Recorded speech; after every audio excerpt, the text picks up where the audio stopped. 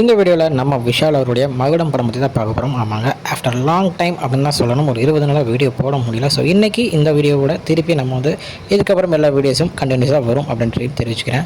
So மகுடம் படம் பார்த்திங்கன்னா நம்ம விஷாலுடைய டைரக்ஷனில் வரப்போகிற ஒரு படம். ஆமாங்க, இது முன்னாடி இன்னொருத்தருடைய டைரக்ஷனில் இருந்துச்சு. பட் ஆனால் அதுக்கப்புறம் அது விஷால் கீழே விஷாலே அவர் இந்த படத்தை டைரக்ட் பண்ணுறேன் அப்படின்ற மாதிரி டைரக்ட் பண்ணியிருக்காரு.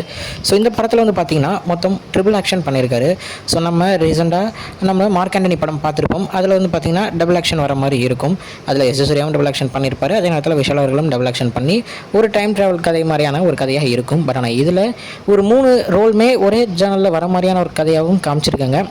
அதே நேரத்தில் அவங்க லுக்ஸ் பார்க்கும்போது வேறு ஒரு பீரியட் டைமில் இருக்கிற மாதிரி அது மாதிரியும் காமிச்சிருக்காங்க. ஸோ என்ன மாதிரி இருக்கும் அப்படின்றத வெயிட் பண்ணி தான் பார்க்கணும். படத்தில் ஃபீமேல் லீட்ஸை அஞ்சலி மற்றும் துஷாரா இவங்க 2 பேரும் கொடுத்துருக்காங்க. ஸோ படத்துடைய மியூசிக் டைரக்டர் நம்ம ஜிவி பிரகாஷ் தான். ஸோ டீசரில் மியூசிக் தரமாகவே கொடுத்துருந்தாரு. தென் டீசர் பார்க்கும்போது எனக்கு படம் மேக்ஸிமம் ஒரு ஆக்ஷன் த்ரில்லர் படமாக இருக்கும் அப்படின்றது சூப்பராகவே தெரியுது. அதுவும் முக்கியமாக கடல் சம்மந்தப்பட்ட ஒரு கதையாக இருக்கும் அப்படின்றத அதில் லாஸ்ட்டாக வர டைலாக் யூஸ் பண்ணியோ இல்லை அந்த படத்தில் இந்த டீசரில் அவங்க கொண்டு போன ஜேர்னல் யூஸ் பண்ணியோ சொல்ல முடியுது. ஸோ இந்த மாதிரி லாஸ்ட்டாக ஒரு சூப்பராக கடலில் மாள்றவனு இருக்கான், அது வேறு கடலில் ஆள்றவன் வேறுன்ற மாதிரி டிஃப்ரென்ஸ் என்ன அப்படின்றத ஒரு மாசா டைலாக் மாதிரி சொல்லியிருப்பார்.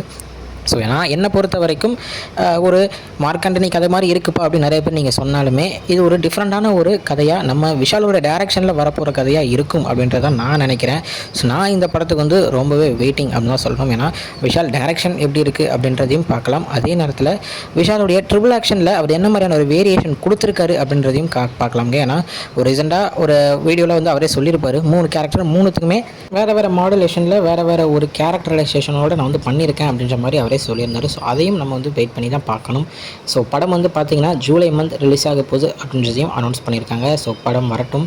நான் இந்த படத்துக்கு எவ்வளோ வெயிட்டிங்கில் இருக்குன்றதை சொல்லிட்டேன். ஸோ நீங்கள் யார் இந்த படத்துக்கு வெயிட் பண்ணுறீங்க, நீங்கள் இந்த படத்தை பற்றி என்ன நினைக்கிறீங்க, விஷாலுடைய டைரக்ஷன் எப்படிலாம் இருக்கும் அப்படின்றத நீங்கள் நினைக்கிறீங்க அப்படின்றத மறக்காமல் கமெண்ட்டில் சொல்லுங்கள்.